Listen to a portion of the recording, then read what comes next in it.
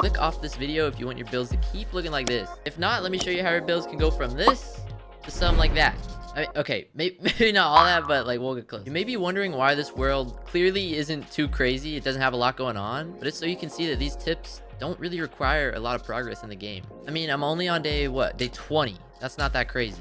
Okay, this is a hot take, but if I can give you one tip, it's that the small details are what make up the big builds. But that's not important. I mean, it kind of is, but here is the first tip. Using hanging signs as fences looks so good.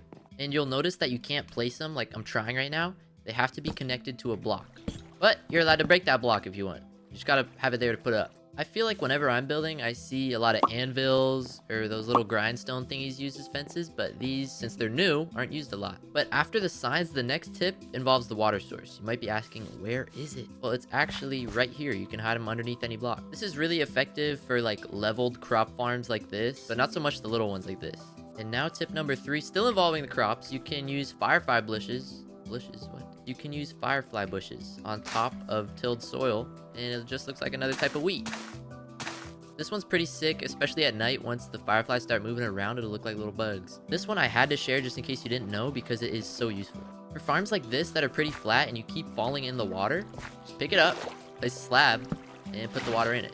The water is inside of the slab still, and of course you're getting the water to the soil. You might have been seeing this in the background and wondering, what is this wall doing? But I actually have a tip. When you're building with stone, you can replace the blocks for walls and it adds a good amount of depth. Just make sure to vary it up so it looks like natural. And now we're on to tip 6, and I think it involves this wall.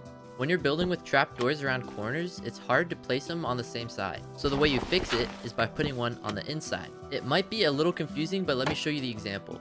So I'm going around a bend right here, and this is the trapdoor that's on the inside, and of course the one that's on the outside. And even far away, it looks very part of the wall. And overall, it's just really useful whenever you're building around corners with these. Alright, next tip involves all these little things you see on the floor. This leaf litter adds a little bit of texture to your house, and it's really easy to get. Just remember, when you're placing this, it is oriented based on where you're standing. The shape it goes is like counterclockwise. Like if I was trying to get in this corner, stand right here, bing, bing. Now I have it right in the corner. And if you haven't noticed by now, I have a lot of torch spam just all over, and it doesn't look that good. So all you gotta do is dig a hole under all the torches and fill it back in. And now get some moss carpet and just put it on top.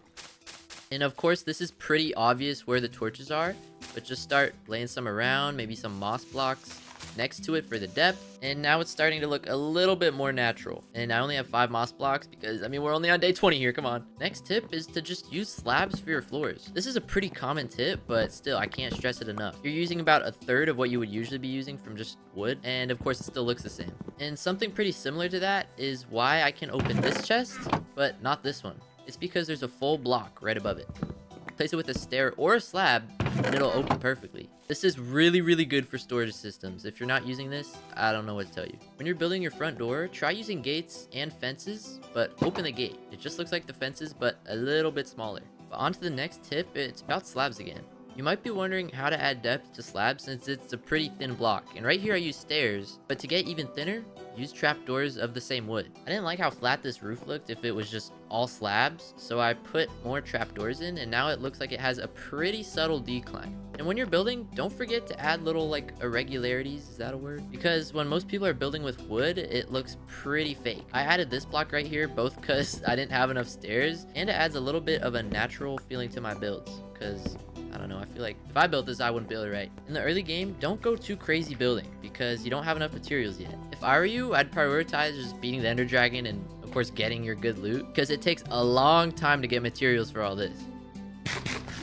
Build the basics like a storage system and of course your house, and then wait till you have everything good to start upgrading. That's what this whole area is for. And finally, don't be afraid to use mods. I was really contemplating whether to add free cam or not because like, oh, I could just go search for ores, but like, honestly, I'm not gonna do that. Free cam is really useful for checking how your build looks. Like, yeah, this is alright, but I feel like I should add more over here. You know what I mean? And it's pretty good at just imagining where you want to build what. Like, this mountain definitely looks good. If these tips are helpful so far, please drop a like and sub because this is my first video. And one tip that doesn't really require like a single block, make your town or wherever you're building feel like it has a story. This one I've heard a lot, but I can't stress it enough either. When you have a build that's just full of mixed pallets and random blocks, it doesn't make any sense. That's why I put this town on this lake to make it be like a local fishing town. And that's why I have plans to take out these trees and build a dock over here, maybe a villager trading hall, but just make it have a point, you know what I mean? Another tip is to make your builds have a purpose. Like this right here, my storage. Even though it's not a lot, of course I can still expand it, but just make it have a point. My house is pretty much only used for smelting and like crafting, but I have plans to move that over to a factory right over here. And my final tip,